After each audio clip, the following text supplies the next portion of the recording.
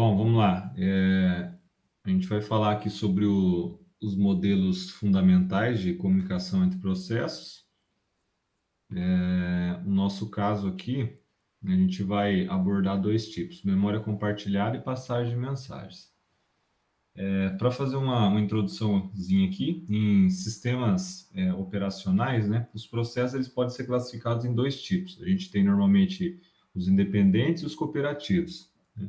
Então, quando um processo ele não afeta ou é afetado por outro, ele é considerado aí independente. E quando um processo ele afeta de alguma forma ou é afetado por um ou outros, né, processos, aí ele é dito como um processo cooperativo, né?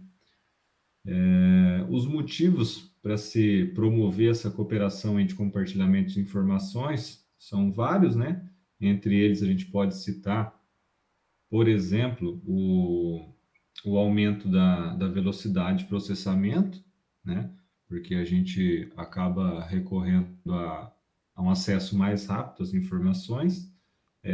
Modularidade, né? A gente pode, como se diz assim, a gente pode trabalhar vários processos em simultâneos, né? Como se fosse quebrar esse processamento. A gente acaba criando alguns módulos, né? E convivência, a gente pode normalmente executar vários programas ou várias ações ao mesmo tempo. Então, aqui no nosso caso, a gente vai falar sobre os cooperativos, né? E mais especificamente, conforme eu falei ali já no início, nós vamos abordar os modelos de passagem de mensagem e memória compartilhada. Então, o slide que ele traz para a gente, né, que os processos compartilham variáveis e trocam informações através do uso dessas variáveis compartilhadas. Eles têm algumas vantagens, né, conforme eu até mencionei já, compartilhamento de informações, velocidade de computação, modularidade, mas essa cooperação requer que os processos se comuniquem entre si, ou seja, sincronizem as suas ações. O que a gente quer dizer com isso, né? Quando a gente está falando aqui em, em exemplos aqui, vamos colocar de, de hardware, né? Vamos colocar assim. A gente refere-se ao quê? Tipicamente a grandes espaços de memória RAM, que podem ser acessados de diferentes unidades de processamento. Ela tem uma programação simples, já que todos os seus processadores compartilham da mesma visão de dados, tá? Quando a gente vai falar sobre software, ele tanto é um método de comunicação entre processos, quanto um método de conservação de espaço de memória, né? Já que ambos os processos podem acessar a memória compartilhada com outra memória qualquer. Este é um método muito rápido de comunicação entre os processos. Agora, eu vou citar um pouquinho aqui que, dependendo do contexto, os programas eles podem ser executados em somente um processador, né? Ou então, pelo menos dois processadores distintos, tá? Vou dar um exemplo aqui para ficar mais claro, né, o que eu estou falando.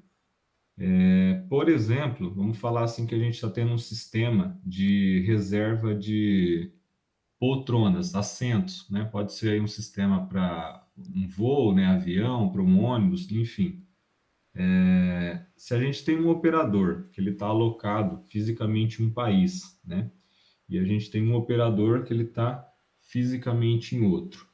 Se essa ação ela é executada simultânea, né, a gente pode ter aí um problema. A gente pode ter uma compra efetivada em algum lugar do país e essa compra não foi atualizada e aí ela foi também realizada por um outro operador em qualquer outro canto, tá? Então isso aí pode se tornar um grande problema, né? Uma solução, né, que a gente teria para esse tipo de problema seria a exclusão mútua. né? O que que a exclusão mútua vai fazer? Ela vai basicamente garantir, né, que um processo ele não terá acesso a uma região crítica quando um outro processador estiver utilizando essa mesma região. Então, nesse caso aí que eu usei da poltrona, a exclusão mútua, né? Eu não vou entrar muito no tema ali sobre ela, porque ela é tema de um outro trabalho, mas basicamente aí a grosso modo ela faria isso. Ela é como se ela fosse bloquear, né? E não permitir que dois processos estivessem ali naquela área crítica. Vamos falar assim que a área crítica seria realmente a efetivação do pedido, a compra ali, a reserva da poltrona. Então, ela não iria permitir que esses processos entrassem nessa mesma área aí simultânea. Então, a parte de memória compartilhada. Tá, eu vou falar sobre a parte da passagem de mensagem, que é uma das mais utilizadas por ser mais simples e não ter tantos problemas. Ela tem um mecanismo que envia e recebe mensagens entre os processos para eles terem uma comunicação e eles têm aspectos importantes para o sistema de troca de mensagens. Quais são as partes importantes que tem essa troca de mensagem? Ela tem a flexibilidade, que ela possibilita usar somente a funcionalidade requerida, tendo a necessidade de entrega garantida ou não, ou seja, não faz diferença se a entrega da mensagem foi entregue ou não. Ela tem uma segurança, alguns tipos têm a segurança mais, tem a autenticação e a privacidade, e ela tem uma portabilidade também, que tem a disponibilidade de usar o mecanismo IPC nas plataformas heterogêneas. Elas podem ser implementadas em diferentes tipos, que são alguns, eu citei alguns aqui, como a comunicação síncrona e a assíncrona, a comunicação confiável e não confiável, e a comunicação orientada e a não orientada à conexão. A comunicação síncrona, ela funciona do seguinte modo. Nós temos dois processos, no caso aqui A e B. Como que funciona? O A quer mandar ou enviar mensagem para o B. O que o A faz? O A vai bloquear as mensagens até o B receber a mensagem dele. E o B, que vai receber, ele bloqueia também as mensagens até receber a mensagem do A. Essa comunicação também é conhecida como comunicação de Hendes-Walls. A comunicação no modelo assíncrono. Ela envia a mensagem para o A, envia a mensagem para o B e continua sua execução normalmente, ignorando se o B recebeu ou não a mensagem e continua fazendo o que tem que fazer, o processo. E o B recebe a mensagem ou não recebe nada, caso dê algum erro, algum problema, e continua também a sua execução. A comunicação confiável e não confiável. A comunicação confiável, ela cria um canal confiável, estabelece um canal de comunicação para o A enviar a mensagem para o B e para o B receber a mensagem. E ela garante que a mensagem seja entregue. Para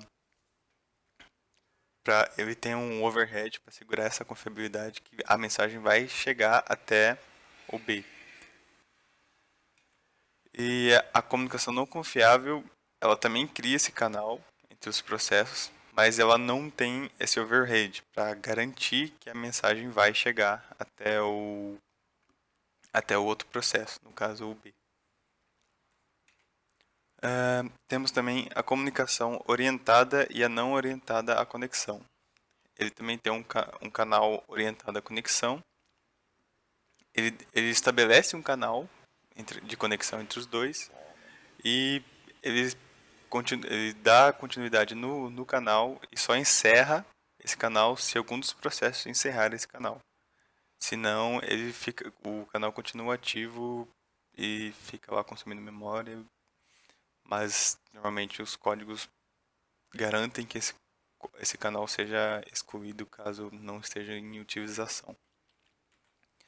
E temos a comunicação não orientada à conexão, que também é estabelecido o canal para envio e recebimento, e ele mandou a mensagem, mandou a mensagem do processo A para o processo B, chegou a mensagem, ele deixa de existir, não é igual ao orientado que continua lá. E, e é isso. Cara, eu travei, vou ter que